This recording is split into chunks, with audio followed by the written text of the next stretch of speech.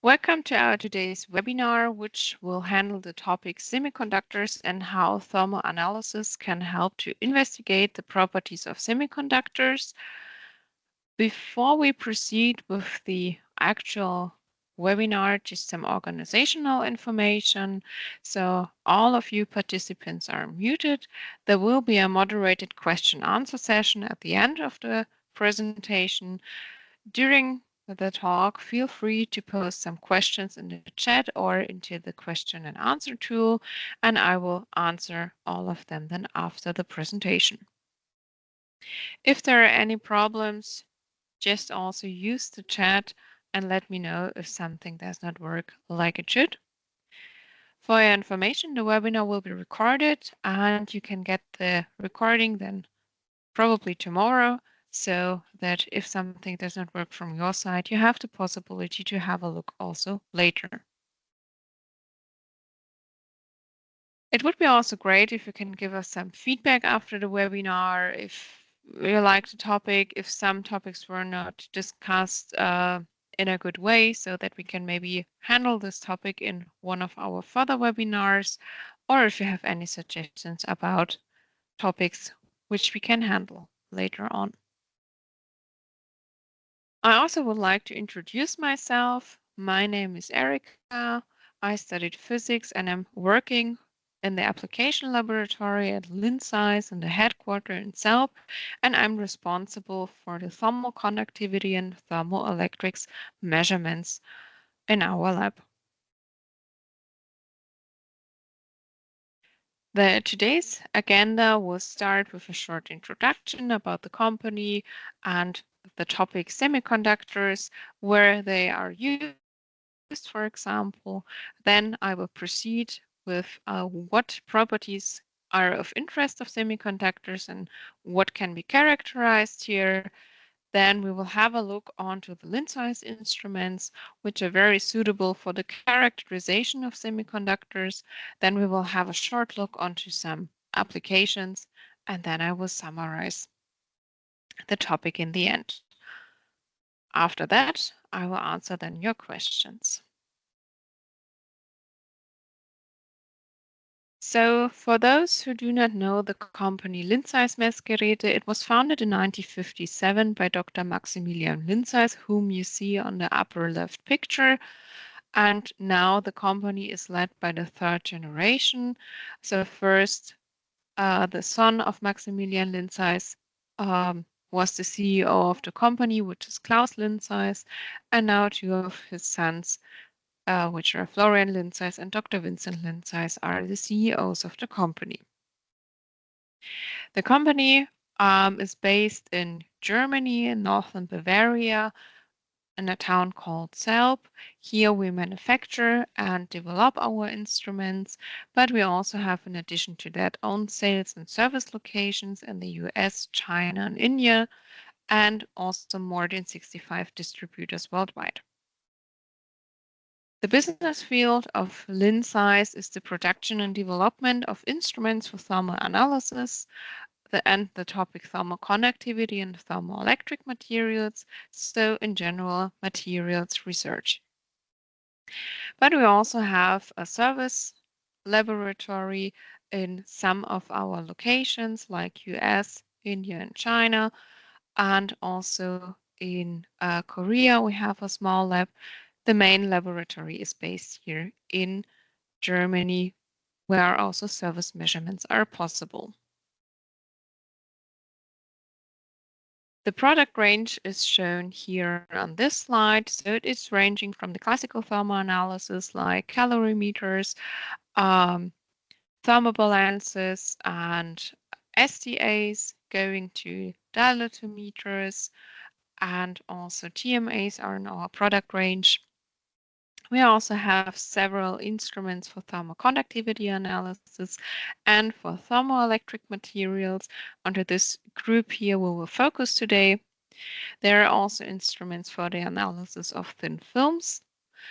We have our so-called HCS, which uses the Hall effect to investigate some properties.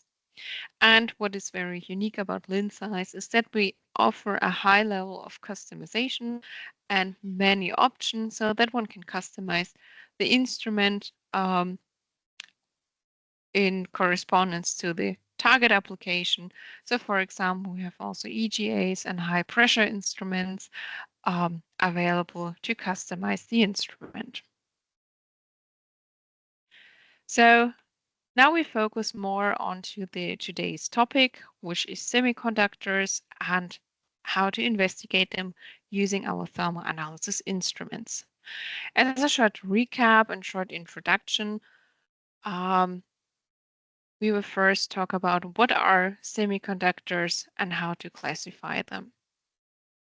So in general, there are three categories of materials: insulators, semiconductors, and metals.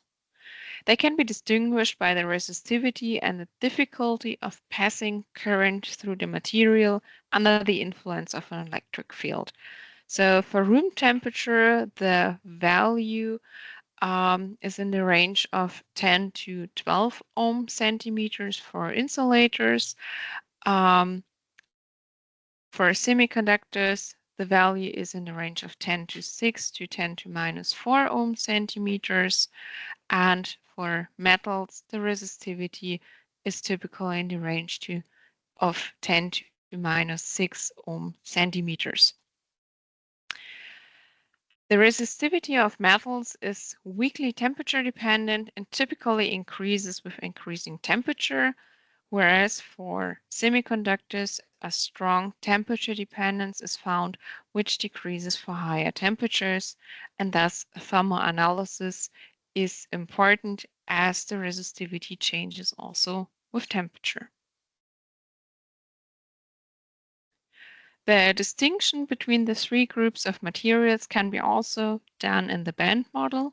With the band model, the energy states of an electrode in the ordered crystal of the solid can be described. The valence band is the highest occupied band, so here shown on the bottom, and the conduction band is the lowest unoccupied state, which is shown here then on the top. In between, there can remain a range without any energy states, and this is then called the band gap. For metals, there is no band gap. Eventually, both bands even overlap, so that there are always electrons that can move freely, and they are then called the free electrons. This is also the reason for the good electrical conductivity in a metal, because the transport of charge is only possible for partially occupied states.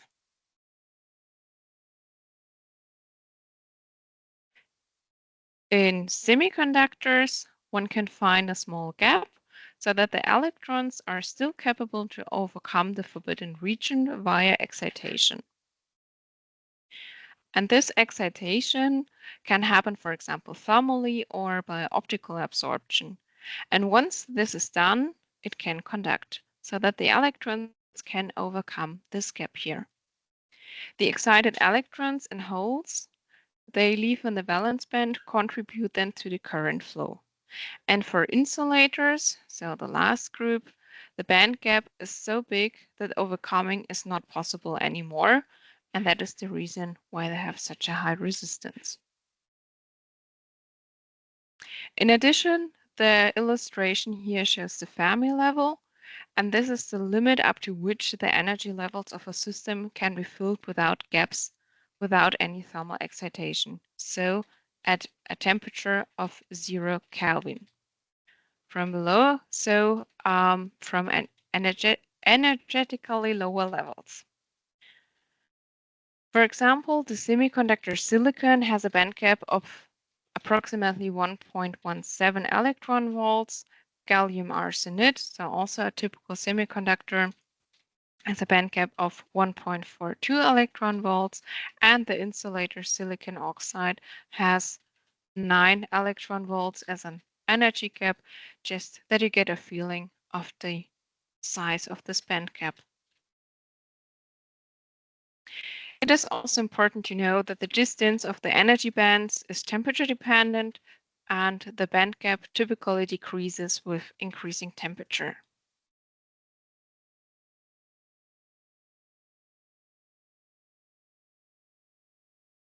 So one of the most important advantages of a semiconductor is that it can be doped with different types and concentrations of impurities. And in this way, it is possible to selectively vary the resistivity of the semiconductor by ionizing, usually thermally, these impurities. When these impurities are ionized in a semiconductor, but there are no free charge carriers left in the doped region after ionization, the ionized impurities leave behind a stationary space charge region that leads to an electric field and a potential barrier inside the semiconductors. And such properties, for example, do not exist in a metal or an insulator. In general, one can classify two types of doped materials. These are then called N or p-doped.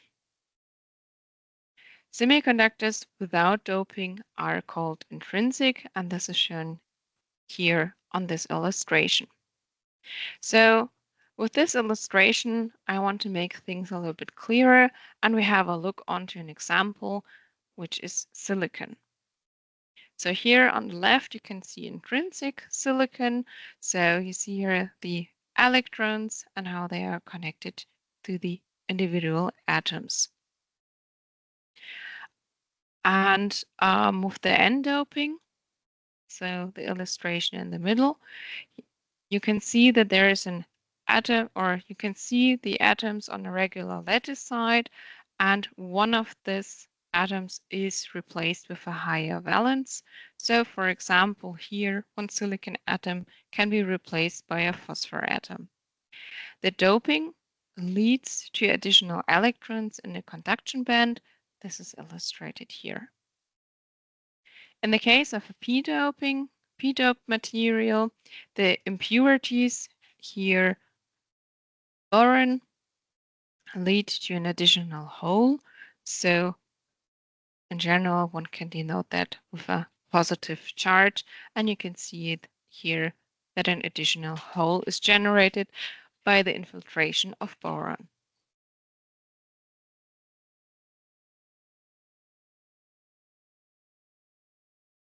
And let's have a look how the doping affects the energy levels. In the case of N-doping, the additional electrons in the conduction band lead to the creation of a new energy level, the so-called donator level ED, which is located right below the conduction band and right below the conduction band, yes. And the ionization energy to lift an electron from the donator level to the conduction band is smaller than the gap.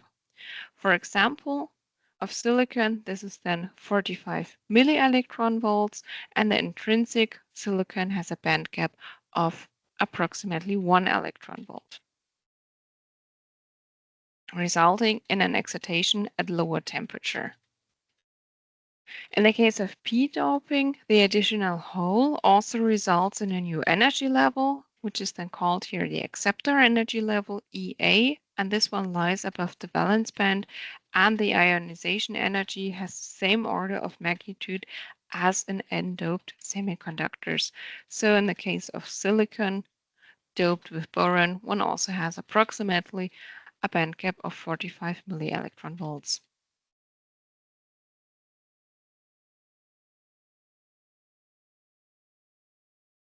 The use of semiconductors are various, and essential are electronics, where especially the possibility of doping is important, as this influences the conductivity significantly and thus plays an important role. The best known semiconductors are silicon and germanium, semiconductors of one element, and for example, another one like gallium arsenide or indium antimony, and these are typical examples.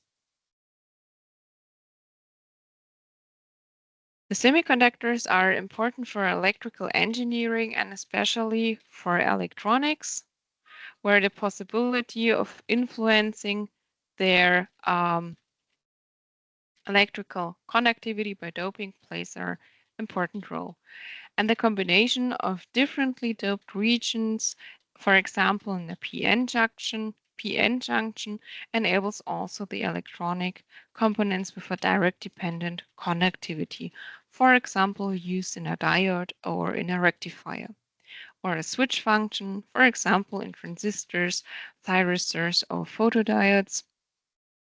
And this can be controlled by, for example, applying an electric voltage or current.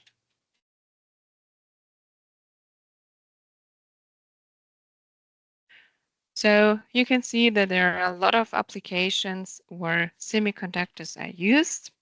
And in recent years, silicon carbide and gallium nitride based wide bandgap power semiconductors have been receiving much attention.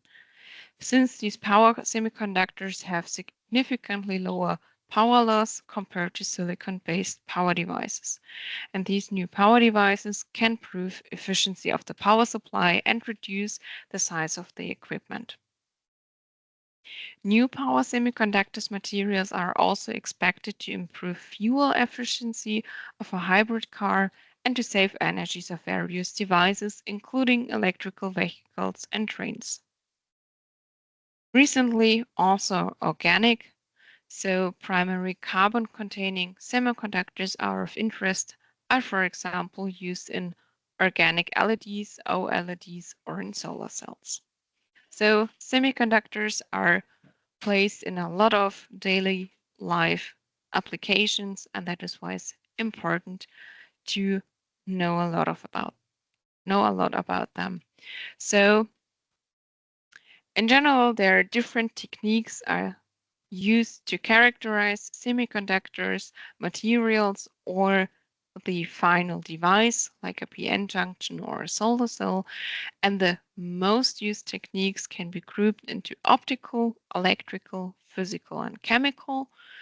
Optical characterization is, for example, the use of microscope, photo or electroluminescence, Raman spectroscopy, FTIR.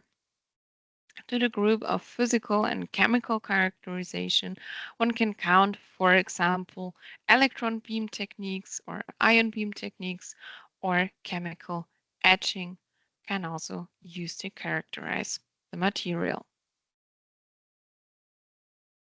And electrical characterization, for example, is the investigation of the electrical conductivity or resistivity, the carrier concentration, the mobility, or the Hall coefficient. And this electrical characterization can be used to determine, for example, also further information like barrier height, depletion width, carrier lifetimes, or deep level impurities. And this can be achieved with various techniques, for example, 2-point or 4-point probe setups using the Hall effect, and so on. And in general, the characterization of the properties of the raw material and also the final device is very important, as the properties can vary strongly with doping and temperature. This can be seen here. We have a look here onto the thermal conductivity, and the thermal conductivity depends mainly on the thermal conduction by phonons and mixed thermal conduction by free charge carriers, which are electrons and holes. The lattice contribution of thermal conduction occurs through diffusion and scattering of phonons, and these scattering events include many variants, such as phonon-phonon scattering, phonon defect scattering, scattering between phonons and charge carriers, boundary and surface scattering, and many more. The thermal conductivity strongly depends also on the doping concentration and also on temperature, as shown here in this example. So here on the lower side, we can see the temperature dependence of thermal conductivity of gallium nitride in dependence on doping concentration, where you can see, for example, here also the doping with silicon, that the red line here corresponds to approximately 7 times 10 to 16 per centimeter cubed, and the blue line here to 3.5 times 10 to 18 per centimeter cubed, where you can see that the relation here changes also with temperature regarding thermal conductivity. So that first the red line shows higher conductivities, but with higher temperature, then this relation changes and the blue line shows higher values of conductivity. And on the right, you can see also the thermal conductivity and dependence on temperature for various materials. So we have here on the y-axis again the thermal conductivity, and on the x-axis temperature. So we can see here, for example, gallium nitride or gallium arsenide and silicon, which show a strong temperature dependence of the thermal conductivity. This means that this property for the material itself, but also for the resulting device, should be analyzed carefully to ideally design electronic devices. Also, the electrical properties depend strongly on the doping concentration and the behavior with temperature. This is shown here on this slide with two examples where we see on the left side the mobility of electrons and holes in silicon and dependence on temperature, where we can also see a strong temperature dependency.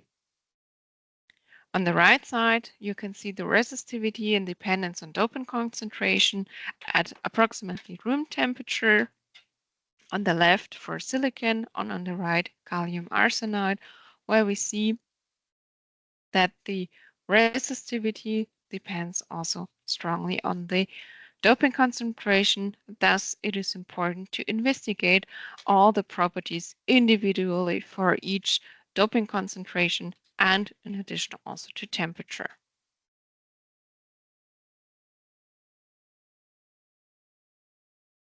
Typically, the electrical properties are determined via a 2 or 4-point probe method. The conductivity is, as mentioned, mostly measured using a 4-point probe setup, which is shown here in the middle schematically. The Hall effect is also a often used measurement method where, for example, the charge carrier concentration can be found out, or the mobility, and also the resistivity can be determined individually. So the use of the Hall effect allows also the determination of the behavior in a magnetic field, especially as in strong magnetic fields, one can detect a significant increase of resistivity, which is the so-called magnetoresistance. It occurs because the charge carriers move on a path that deviates from the direction of the applied electric field, meaning that it's important to use several methods and environments to investigate properties.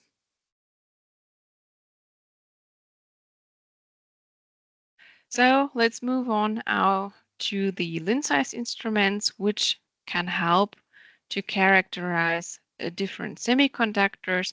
So here again, the slide of our product range. And it should be clear now that the analysis of semiconductor materials and the final devices is an important task. So we will start with the calorimetry, which can help to investigate, for example, phase changes within a material or the specific heat capacity. What might be also interesting is the dilatometry, as with a dilatometer, the thermal expansion and the coefficient of thermal expansion, the CTE, can be found out, which might be also important in the design of a device using semiconductors. Both of the just mentioned instruments are probably not the ones of the main interest, so that we will focus then today in the presentation is the thermal conductivity On the one hand, here, Linzheis has a broad range of instruments helping to realize the task to determine the thermal conductivity and thermal diffusivity of bulk materials, but also thin films, so going down to a nanometer range of thickness. One of the thin film setup also allows the direct determination of the figure of merit, for example, but this we will have a look onto later on. So as mentioned, we have several instruments available to measure the thermal conductivity, and these are the instruments coming into question. On the one hand, the well-known laser flash analyzer, shortly LFA, which can measure low to high conductivities in a very broad temperature range of various materials, down to a few hundred of micrometer thickness, but typically in the millimeter range. For lower thicknesses, our brand new instrument using a periodic laser heating method can be used, and this we call our PLH. For low micrometer thicknesses and especially thin films on a substrate, our so-called TFLFA can be used. If we go down to nanometer thicknesses and amorphous materials, the TFA will be a good choice. And in the following slides, I will show each of the instruments a little bit more in detail. We start here with the laser flash analyzer, which is in general a universal tool measuring the thermal diffusivity and also thermal conductivity of typically bulk materials. However, this method, for example, can be also used for different kind of materials. For example, powders can be measured here as well. In general, this instrument covers a conductivity range of approximately 0.1 up to 2000 watt per meter Kelvin. So ranging here really from low conductive insulating materials to diamonds, for example. The laser flash analyzer has a very broad temperature range, which it can offer with various furnaces. So the lowest temperature we can reach here is -125 degrees Celsius, and the high temperature version, which is of course not of interest here, goes up to 2800 degrees Celsius. Advantages is also that various sample sizes can be measured, for example, here in this range from 5 millimeters square or up to 20 millimeters square, so that almost every application can be covered here. Typically, sample thicknesses range here from 0.1 millimeter to 6 millimeter, and you can see here an example. So this is a sample we coated with graphite on both sides to maximize the absorption of the laser energy. Sample is here placed in a sample holder, so that is how the design of the sample holder looks like, and then we place it into the instrument. During the measurement, the laser, our power source, shoots a short, high-intensity pulse towards one surface of the sample.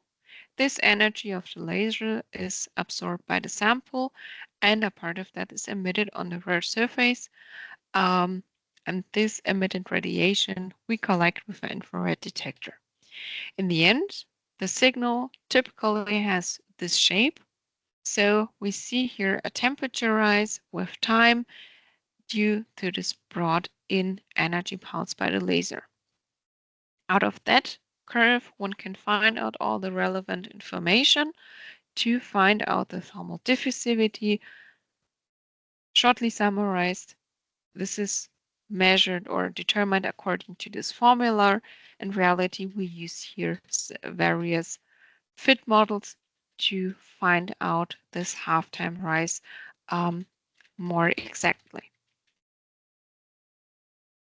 The periodic laser heating method, as mentioned, is especially suited for thin film materials, so more specific to of freestanding thin films of a few tenths of micrometer thickness. Here we use the same setup basically as the laser flash. What is the main difference is that the laser light is not a short time specific pulse, but we have here a modulated laser light where we sweep through different frequencies, and because the initial laser light is modulated, also the emitted radiation is also frequency dependent, and we detect here also the signal with an infrared detector. A typical signal looks then like that. So what we have here is on the one hand the initial laser light and the response of the sample, which is here the curve denoted with IIR. What we can clearly see is here that the amplitude between the initial laser shot and the responded signal of the sample is different, but we can also detect a phase shift. This information of the change of amplitude and phase shift we evaluate in a special way to have a linear correlation and use here then the slope of the phase shift and the amplitude change to find out finally the thermal diffusivity of a material. Using the density and the specific heat capacity of the material, we can also calculate the thermal conductivity.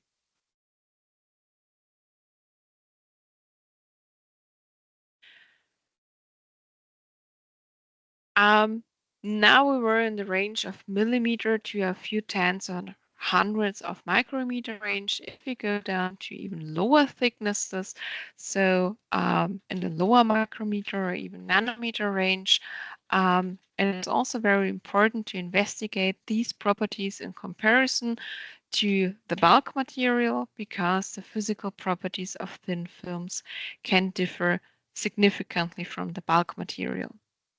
This is due to some parasitic surface effects, which are much stronger due to the smaller dimension and the higher aspect ratios. In addition, we have a stronger influence of surface scattering and boundary scattering, and this can be seen then in the thickness dependency and typically reduced transport properties, as shown here in this example, where we can see silicon nanowires independence of the diameter and the resulting thermal conductivity.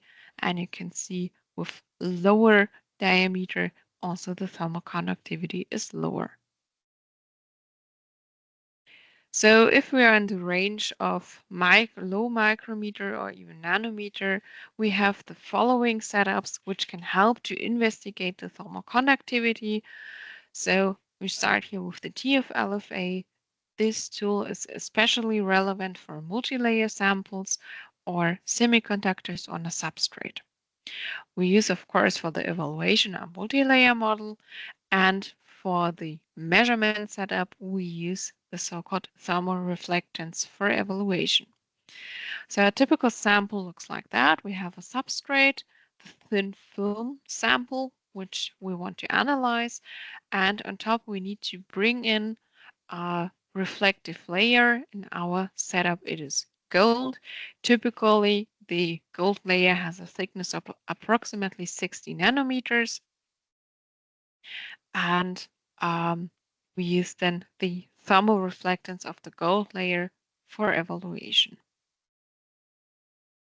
For the sample measurement, we're based in the frequency domain. So we use the frequency domain thermal reflectance method, where we have here in this setup two lasers, a CV probe laser and a pump laser.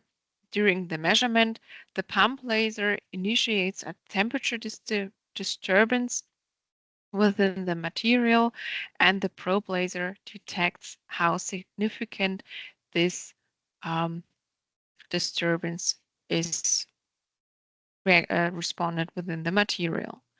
We also have a detector looking onto the signal, and in the end, we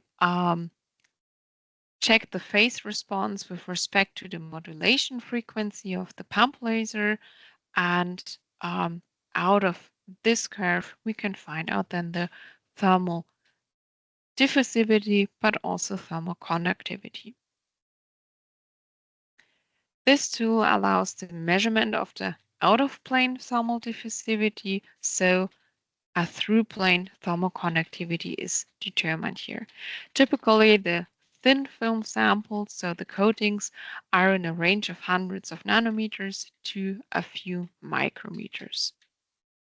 If you go down to even lower thicknesses or mainly in the range of nanometer, we can offer our thin film analyzer called TFA. This is a tool allowing to determine many properties, like shown here on the top corner.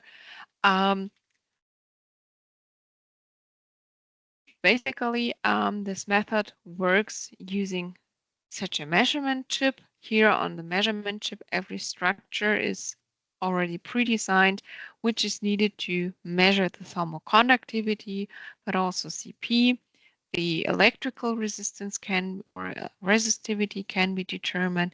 The Seebeck coefficient can be determined, and also Hall dependent properties. So in the end, we also determined here the Hall constant of the material. As a sample preparation, we need to bring our thin film sample onto this measuring chip. So in the end, it looks like that. So first, this chip is covered with a mask, then the sample is deposited, like for example with sputter processes or electron beam evaporation or spin coating can be used to bring in the sample onto the chip. The chip is then placed into the measuring unit, and here on the left you can see the contact pad with several pins to contact here the chip. The measurement is an in-plane measurement, so it determines the in-plane properties using the 4-point probe and the 3 omega method. So in the end, we can find out thermal conductivity, heat capacity, electrical conductivity, Seebeck coefficient, the Hall constant. Out of that, then the mobility and the charge carrier concentration. What is also the aim of many investigations is to find out the figure of merit, which classifies the performance of thermoelectric materials.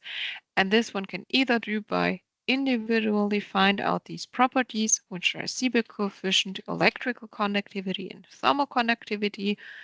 And one can clearly see that also this figure of merit is a temperature-dependent property.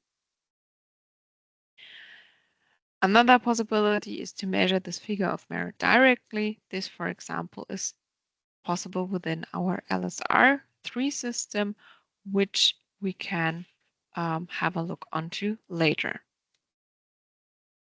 So these were the instruments covering the topic thermal conductivity and thermal diffusivity, as well for the bulk, but also thin film range. And now we focus on the probably most important part of the analysis of a semiconductor material and devices, which are the electrical properties, as these can be also heavily being influenced by using the doping method. So we focus now onto the electrical properties and start with our LSR3 system, which is a tool to determine the electrical conductivity and resistivity and also the Seebeck coefficient. It is especially suited for the analysis of bulk materials. So typically our standard sample range is diameter 4 millimeter and a length of 15 millimeter. But there are also adapters for thin films available. So on the one hand, flexible thin films or thin films on a substrate.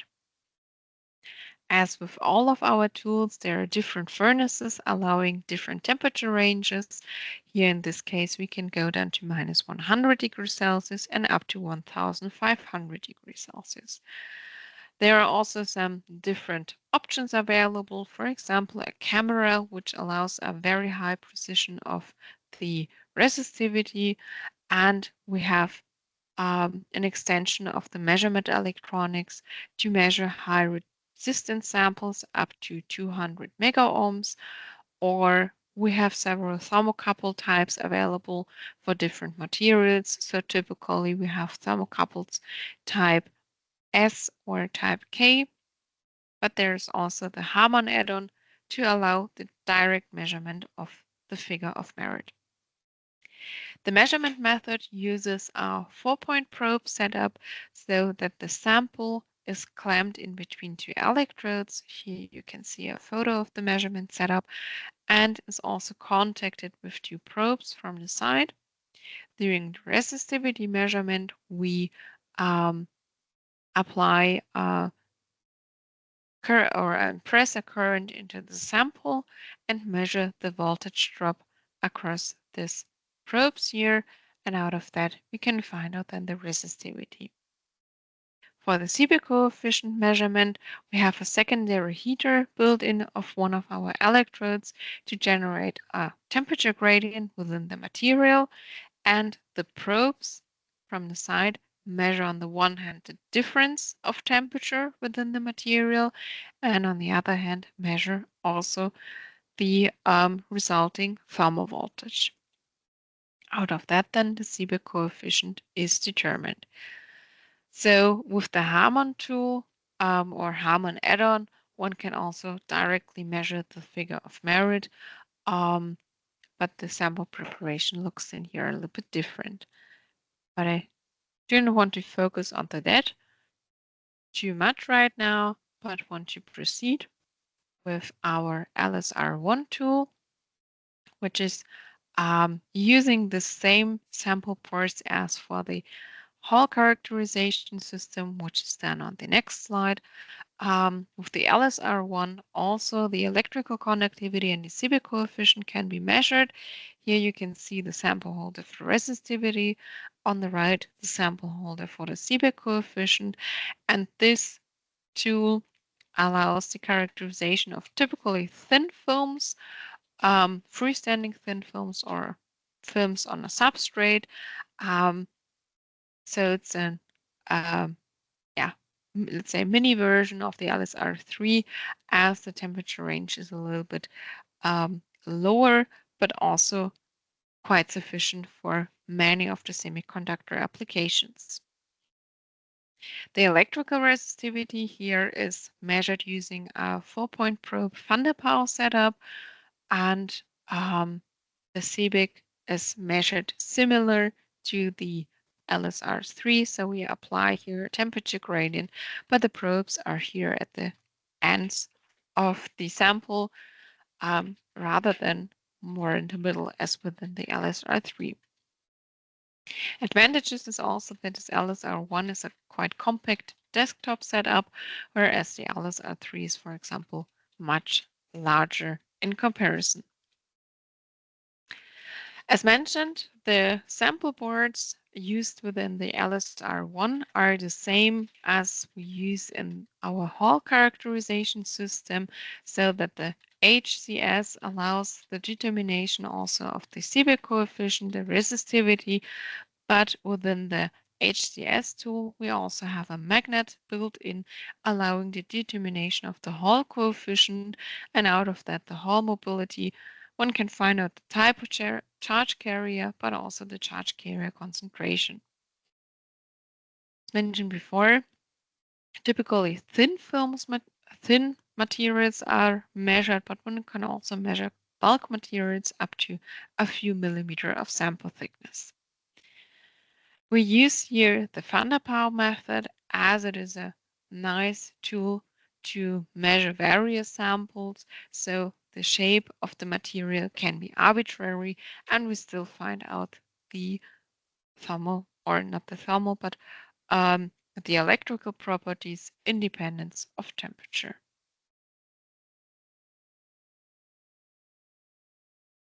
For various sample sizes, we also have various sample holders. So we have two or sample boards where one can use wire bonding. We have sample boards for high temperature applications up to 600 degrees Celsius, for larger or for smaller samples. There are also tools or adapters for the investigation of the properties independence on light, which will be applied to the sample. So this is then the so-called illumination option. In general, one can also realize a lot of applications as we have the possibility to, on the one hand, apply a DC or a AC magnetic field onto the sample to find out the behavior of the material here.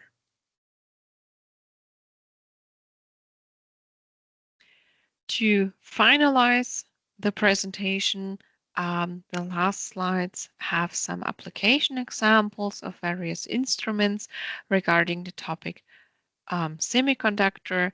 And here on this slide, you can see a typical thermoelectric material, bismuth antimony, where we could show strong size effects impacting all transport properties, thermal and electrical, and both have been heavily affected, like shown here. On the right side, we have here different thicknesses of the material, which we investigated from slightly above 100 Kelvin up to 400 Kelvin approximately, where we can see that as well the electrical conductivity, but also thermal conductivity are heavily influenced by the size of the material.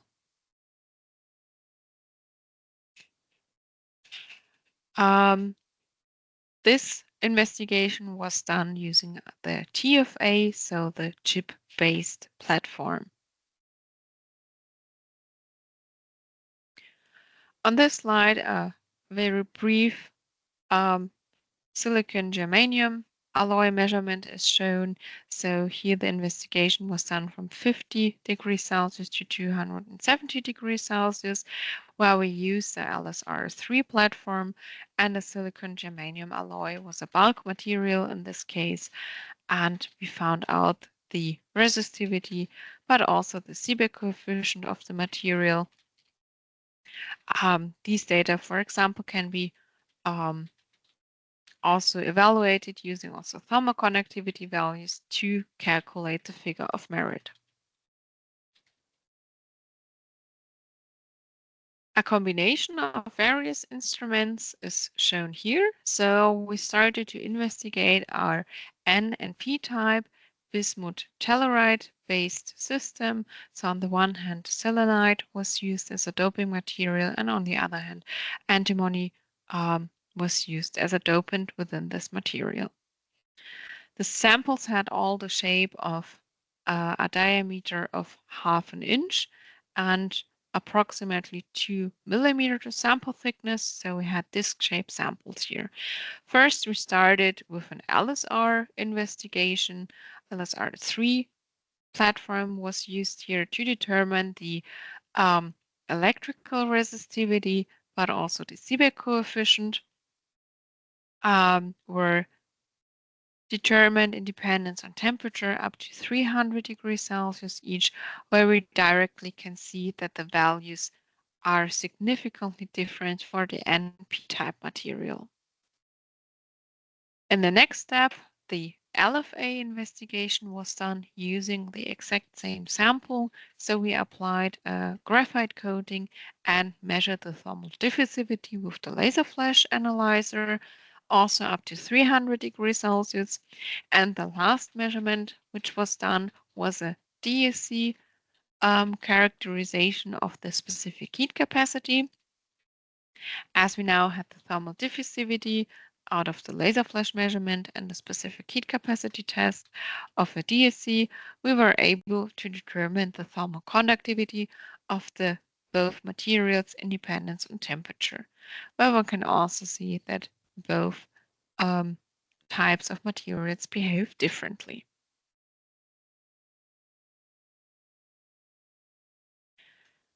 Here in this slide, you can see a TF-LFA measurement where we determined the thermal conductivity of diamond.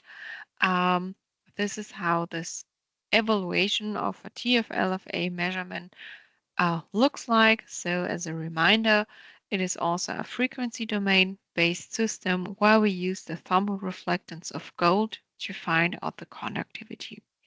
So on the x-axis, one can see here the frequency, and on the y-axis, the phase shift between the excitation by the pump laser and the probe laser. and this is a typical shape of a curve. And in blue, you can see the evaluation model, which models the diffusive heat transport within the multi-layer sample. And out of this model, we can find out the thermoconductivity and the thermal diffusivity. And as you might know, diamond is a quite complex sample to measure as it has a very high thermal conductivity, one of the highest conductivities of any materials. So this is quite challenging to measure, but diamond is an excellent choice in heat dissipation applications, for examples.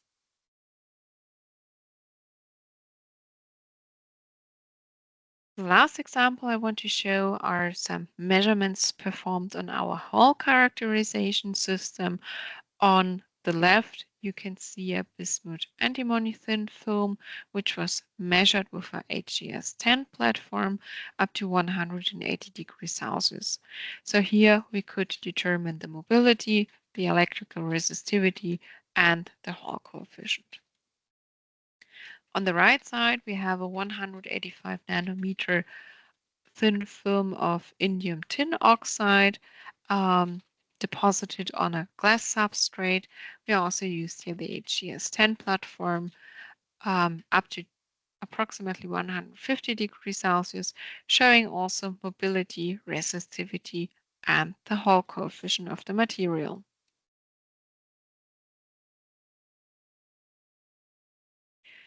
To close the presentation, just a short summary. Due to the doping of semiconductors, they have a broad variety of electrical resistivity, and these properties can be heavily influenced by different doping, N or P type, and the doping concentration. And in addition to that, semiconductors show a significant change of behavior with temperature, so that it is also important to characterize the materials with temperature. And here, Linsize offers a broad product range for the analysis of different materials, ranging from bulk to thin films, also in a broad temperature range. For example, the determined properties are specific heat capacity, thermal expansion, thermal conductivity or thermal diffusivity, the electrical conductivity and resistivity, the Hall constant, mobility, charge carrier concentration, magnetoresistance, and many more.